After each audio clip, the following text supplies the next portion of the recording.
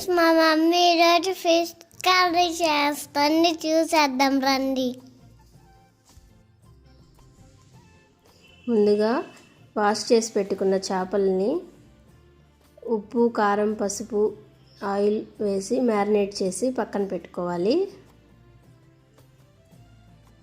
ఆ తర్వాత ఒక ప్యాన్ పెట్టి ఆయిల్ వేసి ఆయిల్ హీట్ అయ్యాక చెక్క, లవంగాలు, కచ్చాపచ్చా దంచుకున్న వెల్లుల్లి వేసి ఫ్రై చేసుకోవాలి. అది ఫ్రై అయ్యాక పచ్చిమిర్చి, ఆనియన్స్, టమాటా వేసి మగ్గనివ్వాలి. టమాటా మగ్గాక ఉప్పు, కారం, పసుపు వేసుకొని చింతపండు పులుసు పోసుకోవాలి. ఆ చింతపండు పులుసు కాస్త తెరలాక మ్యారినేట్ చేసుకున్న ఫిష్ పీసెస్ అన్నీ వేసుకోవాలి.